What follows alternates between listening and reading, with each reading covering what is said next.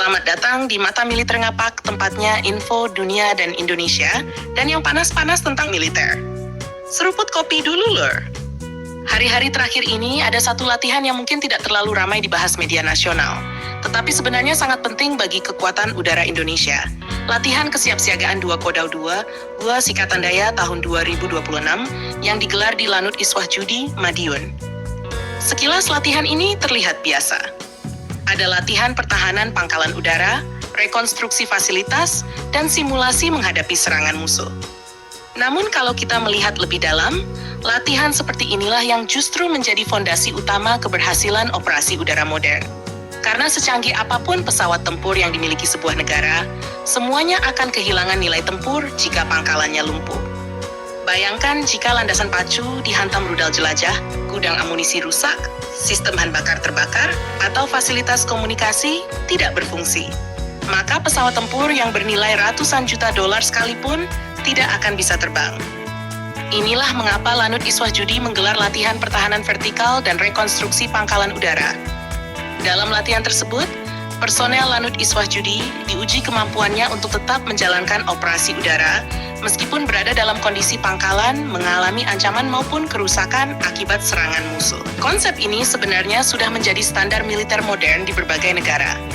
Dalam konflik Rusia dan Ukraina misalnya, pangkalan udara menjadi salah satu target utama serangan rudal jarak jauh dan drone kamikaze. Di Timur Tengah juga sama.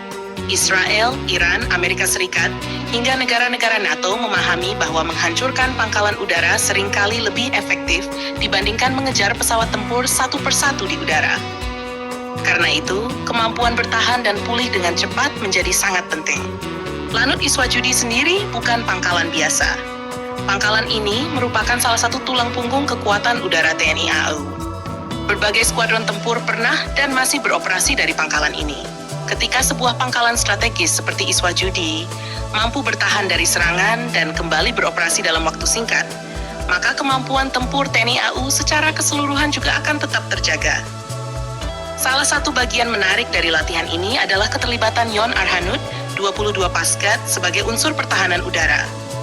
Mereka mengoperasikan senjata anti-aircraft artillery atau AE Oerlikon. Banyak orang mungkin menganggap meriam anti pesawat sudah ketinggalan zaman, karena sekarang era rudal pertahanan udara. Padahal kenyataannya tidak demikian. Dalam peperangan modern, meriam anti pesawat masih memiliki peran yang sangat penting, terutama menghadapi ancaman drone, helikopter, pesawat serang yang terbang rendah, hingga rudal tertentu. Keunggulan utama sistem Oerlikon adalah kemampuan menembakkan proyektil dalam jumlah besar dalam waktu singkat.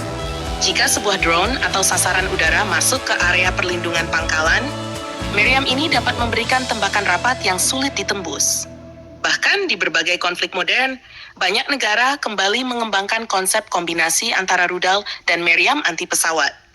Rudal digunakan untuk sasaran jarak jauh, sedangkan meriam digunakan untuk sasaran yang berhasil lolos ke jarak dekat.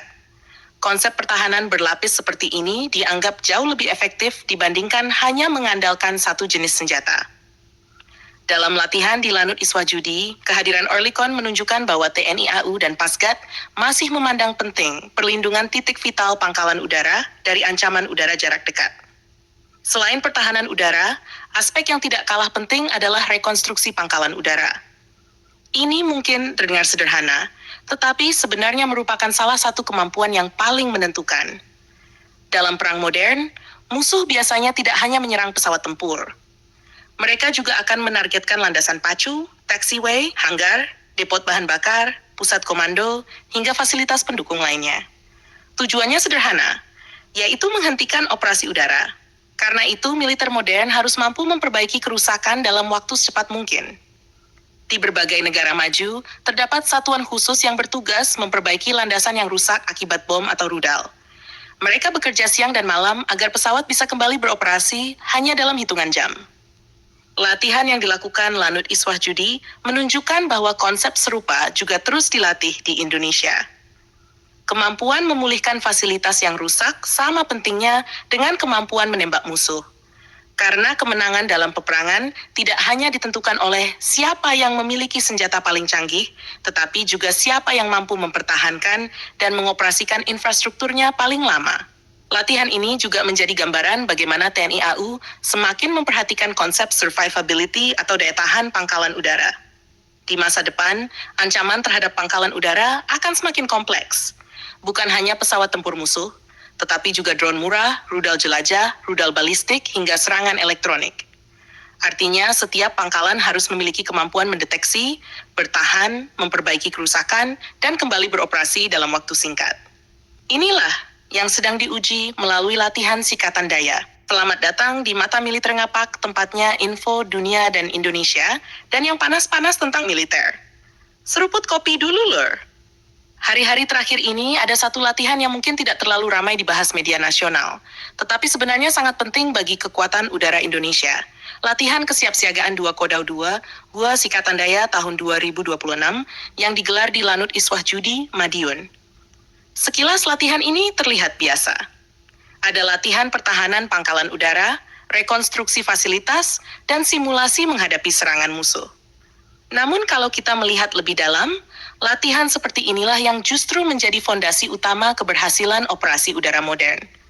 Karena secanggih apapun pesawat tempur yang dimiliki sebuah negara, semuanya akan kehilangan nilai tempur jika pangkalannya lumpuh.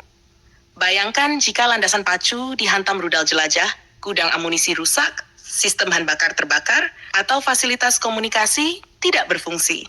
Maka pesawat tempur yang bernilai ratusan juta dolar sekalipun tidak akan bisa terbang. Inilah mengapa Lanut Iswah Judi menggelar latihan pertahanan vertikal dan rekonstruksi pangkalan udara.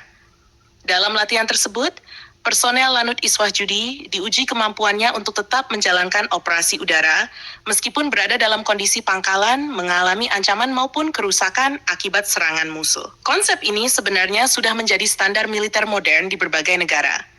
Dalam konflik Rusia dan Ukraina misalnya, pangkalan udara menjadi salah satu target utama serangan rudal jarak jauh dan drone kamikaze. Di Timur Tengah juga sama.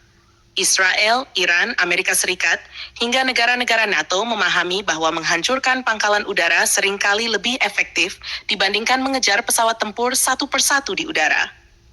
Karena itu, kemampuan bertahan dan pulih dengan cepat menjadi sangat penting. Lanut Iswah Judi sendiri bukan pangkalan biasa. Pangkalan ini merupakan salah satu tulang punggung kekuatan udara TNI AU. Berbagai skuadron tempur pernah dan masih beroperasi dari pangkalan ini.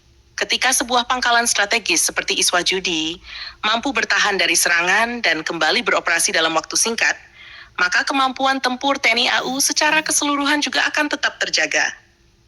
Salah satu bagian menarik dari latihan ini adalah keterlibatan Yon Arhanud, 22 Paskat, sebagai unsur pertahanan udara. Mereka mengoperasikan senjata anti-aircraft artillery atau AA Oerlikon.